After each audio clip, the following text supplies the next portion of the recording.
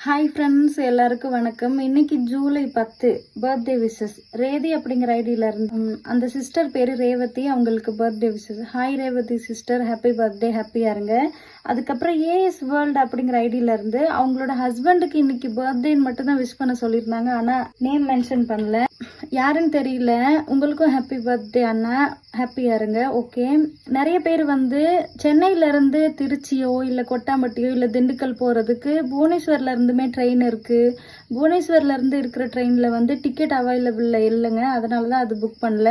அதுக்கப்புறம் எக்மோர்ல இருந்து நீங்க ட்ரெயின்ல போய்க்கலாம்னு சொல்றீங்க.